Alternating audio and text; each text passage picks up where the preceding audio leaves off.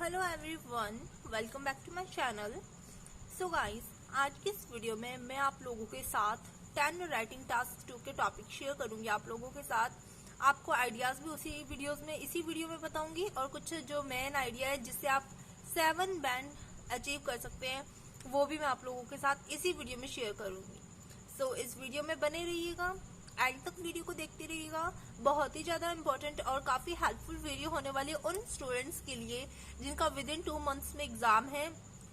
Even guys 3 months, अगर आपको कभी भी एग्जाम है ना, कब भी ये वीडियो देख रहे हैं आपके लिए हेल्पफुल ही होने वाली है। बिकॉज राइटिंग टास्क 2 का स्ट्रक्चर कभी नहीं चेंज होता है, इजी से मॉडरेट वगैरह इसमें कुछ नहीं होता है। स्टेटमेंट दी होती है, आप पे डिपेंड करता है। आपने काफी अच्छी सी स्ट्रक्चर बना के कॉपी किया होगा, जैसे कि अच्छी तरह से लिखा होगा शीट पे, तो आपको फुल मार्क्स मिलेंगे। अदरवाइज आपको पता ही है 5.5 पे स्टक करते हैं काफी सारे स्टूडेंट्स राइटिंग टास्क 2 पे। तो जो मैं आप लोगों को टिप्स और ट्रिक्स देना चाह रही हूँ उसको आपने लाइन टू लाइन फॉलो करना है। आप जो भी प्रैक्टिस कर रहे हो, किसी भी इंस्टीट्यूट से प्रैक्टिस कर रहे हो, आपको उसी में इन सारी जो ट्रिक्स है उसको पुट करना है। ओके, बहुत सिंपल स्ट्रक्चर बताने वाली हूँ, ज्यादा हाई फाई नहीं होने वाला है।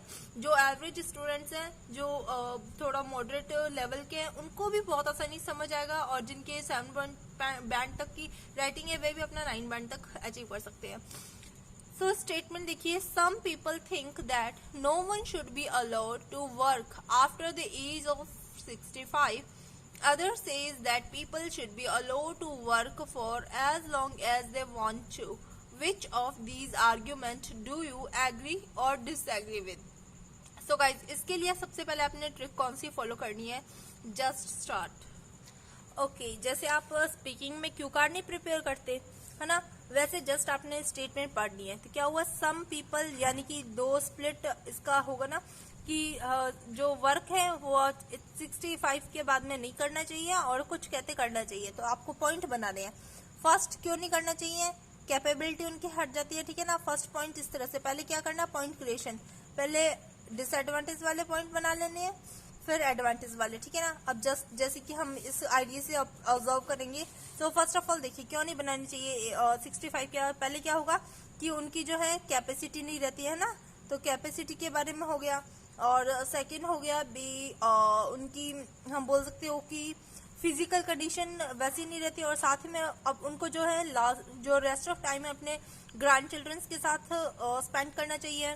और थर्डली आप पॉइंट बता सकते हो कि लाइक स्पोर्ट्स वगैरह में उनको रिटायरमेंट के बाद में एंजॉय करने वाली लाइफ होती है, तो स्पोर्ट्स वगैरह में करना चाहिए। जैसे यहाँ पे आइडियाज लिखे हैं वैसे हम यहाँ पे पुट कर देंगे। ओके, तो यहाँ पे देखिए फर्स्ट इन्होंने क्या लिखा है कि फिजिकल फिटनेस, वही जो हमने पहले बोला था। और फिजिकल फिटनेस नहीं होती है, क्वालिटी इनकी डिक्रीज होने लग जाती है, तो इनको क्या क्विट करनी चाहिए। और दूसरी है कि repetitive pattern like those clinical should retirement because point time is impossible to employees. हाँ देखो, कंप्यूटर बेस्ड जो जॉब होती है उसके लिए क्या है, एम्प्लॉयज को काफी टाइम तक बैठना है, स्टैंड करना, इस तरह के जो अब कैपेसिटी नहीं रहती है, तो क्या है कई टाइम कुछ ऑफन सिक भी हो जाते हैं, तो उसके लिए प्रॉब्लम्स आती है। थर्डली है कि स्पोर्ट्स फैशंस वगैरह में क्या है कि रिटायरमेंट जरूर होनी चाहिए, बिकॉज वे अपनी जो सेल्फ लाइफ और जो अपना जो इंजॉयबल है टाइम है वो अपना लास्ट की एज सेक्शन में कर सकते हैं, स्पेंड कर सकते हैं। यहाँ पे आइडियाज कुछ अलग लिखे हैं, यहाँ पे हम कुछ अलग लिख रहे हैं, कोई बात नहीं। आइडियाज तो आइडियाज ही होते हैं, ये उस ऑथर के आइडियाज, ये हमारे आइडियाज है, ठीक है। यहाँ पे पहले फर्स्ट आइडिया हो गया, दूसरा आइडिया हो गया, तीसरा आइडिया हो गया, चौथा आइडिया हो गया ना। तो बाद में हमें लिखना है ऑन द अदर हैंड। तो अब क्या हो गया कि वर्क बियॉन्ड एक commit that determine level of persistency. Okay, तो यहाँ पे हो गया कि मनी शॉर्टेज नहीं होगी अगर वो कर सकते हैं तो। सेकेंडली हो गया भी कई बार क्या अलोन रहना पड़ता है ग्रैंड पेरेंट्स को, है ना, रिटायरमेंट के बाद में, तो वो अपने बच्चों से काफी अलग रहते हैं। तो क्या हुआ कि उनका जो है बोल सकते हो कि एंटरटेनमेंट हो जाता है, जॉब में वो अपने फिलोज से बात वगैरह करते हैं तो उनका जो है टाइम पास अच्छा हो जाता है। और सेकंड ये कि उनको वे अपने काम से पीछे नहीं रहते, उनको जो है वर्क में काफी न्यू से न्यू नॉलेज जानने को मिलती है, और साथ ही में न्यू वर्ड के बारे में अवेयरनेस मिलती है। एग्जाम्पल्स वगैरह पुट करनी है, 4 आइडिया तो पुट करने की जरूरत ही नहीं है। मतलब वैसे एक मेन आइडिया बोलती हूँ कि आप एक या ज्यादा से ज्यादा 2 आइडिया पुट कीजिए, ठीक है ना। 4 आइडिया कभी ना पुट कीजिए, 4 आइडिया पुट करने में रह जाओगे। सेकेंड टिप्स है, ओके, जैसे ये क्या हो गया हमारा मेन आइडिया। ओके, ये मेन आइडिया आपने स्टार्ट पैराग्राफ में कर दिया, जिस कनेक्टर लगा के like to embark with, to commence with, to begin मत यूज कीजिए, कमेंस मत यूज कीजिए, टू एम्बार्क विद यूज कीजिए, ठीक है ना, या फिर इनिशियली, बिकॉज ये कॉमन हो गया वर्ड, बहुत लोग यूज करते हैं। मेन आइडिया हो गया। बाद में आपको इसे एक्सप्लेन करना है, या तो कनेक्टर यूज कीजिए टू बी मोर प्रिस्क्राइब, ठीक है ना, या फिर टू एपिटोम, या टू एक्सप्लेन, इस तरह से आइडियाज यूज करके फिर आपको बताना है। जैसे आपने लिख दिया कि उनको मेन आइडिया लिख दिया कि they should have to spend time with their parents, उन्होंने उनको जो है टाइम स्पेंड करना पड़ता है अपने ग्रैंड चिल्ड्रंस के साथ, है ना।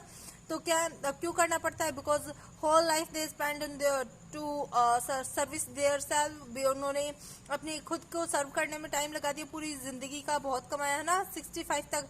But last rest of time क्या होता है? अपने चिल्ड्रंस के साथ कम्युनिकेट करना, उनके विचारों को लेना, उनके साथ बातचीत करना, तो वो सब जो है इसमें हम एक्सप्लेन कर सकते हैं। फॉर एग्जाम्पल हम कुछ लिख देंगे, अगर इसमें एग्जाम्पल नहीं आती है तो इसमें सिर्फ प्रिस्क्राइब कर दिया, सेकंड मैन आइडिया लिखते हैं, जिस सेकंड मैन आइडिया लिया हमने, ठीक है, तो उसमें क्या हुआ, जस्ट आपने बड़ी सी एक सेंटेंस बना दी, छोटा आप मत कीजिए, एक ही सेंटेंस में आपको उसमें एक्सप्लेन कर देना है।